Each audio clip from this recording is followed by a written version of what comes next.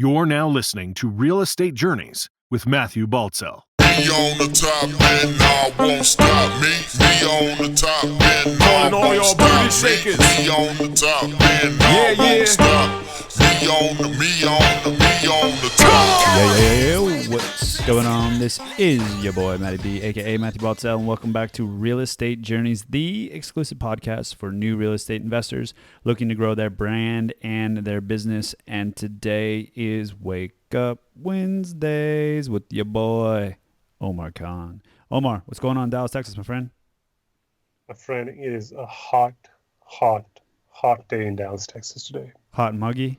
I think it's just hot. I mean, it's so hot that I think I don't even know. All right, so Wake Up Wednesdays, we answer the questions that we hear kicking around the can as far as the real estate industry is concerned.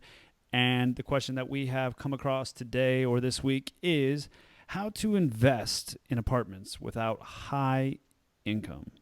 Omar, I'll let you take this one. Well, there's multiple ways. You don't always have to have high income. For instance, you can either be a part of the sponsorship team and be responsible for sourcing investors. You can be part of sponsorship team and be responsible for sourcing the deal, managing the deal, for instance, in terms of making sure that all the points leading up to closing the deal are done. As an example, right, you can help tour properties. That helps you get in with a lot of sponsorship groups. Post-close of the deal, what you can also do is assist in asset management, making sure all the tours are done and all the management of investor relations is done. So there's many roles somebody can do without necessarily being a high-income individual. Now, when I hear walking the properties, I hear probably a lot of listeners' ears perking up, and they're like, walking the properties, boom, that's me.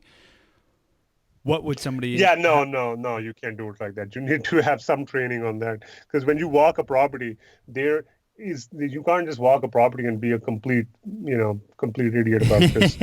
Walking the property with your dog. Ooh, can I look at this unit? This looks nice. Yeah, you can't do that. These are basically, for the lack of a better word, staged tours. Okay. So the first few tours are just to give you a preview. But what you're doing is, look, a lot of times when you go on these tours, like you are assessing the broker to see how much knowledge they have or how good they are and how well versed they are. And most they're brokers assessing you as well. They are assessing you as well. So if you kind of just casually show up and you can't talk shop properly, you can't talk about some market dynamics and all of that kind of stuff, they immediately know either you're a newbie or you're wasting time. So they're not even going to take your call the next time around because nobody wants their time to be wasted. Because think about it, this guy's going to take 45 minutes to an hour out of his time. And that's just for the property tour. Half an hour to 45 minutes minimum for the property tour. 15, 20 minutes, maybe 45 minutes to an hour coming to and back from his office. So he or she's probably going to waste all this time to talk to a newbie who just wants to get into the game. That's a surefire way of like burning a lot of bridges. So there's an art and science to that as well, right? Just because you're free and you got nothing else going on doesn't mean you can tour a property. All right. So, I still hear people eager and hungry. They want more from you, Omar. So if people are, let's say they do get that meeting and they do want to start speaking the jargon and they still want to start be talking about submarkets and, rents and whatnot. What could be 3 or 4 questions that they could ask to when they're on the property tour that could make them sound more in the know-how? Well, the couple of things one can do right off the top is that you know what the comps are renting for. So as an example, if you know the property down the street, if you have to do this work yourself before you get on a property tour, right? You already know, hey, so if the 1-bedroom here, because you've gone through the rent roll presumably, right, before you toured this property, say a 1-bedroom here is going for $700, whereas the 1-bedroom down there's 2 properties down the street. One is going for $600 and one is going for $650. So when this guy says, oh, there's a lot of value add potential, you're like, yeah, but, Park Properties 1 and XYZ Property 2, their 1-bedrooms are like $650 and $600 each. So what's the deal here? Like just kind of casually throw that into the conversation, right? Or for instance, when the broker is mentioning, as an example, oh, it's got such good bones. And you see that you can observe there's some cracks, right? Because that's a lot of times the foundation thing. Well, you can just casually, don't make it a scene, but casually point out, yeah, it looks like that, but you see over there's a lot of cracks. So what's the deal there? Do you understand?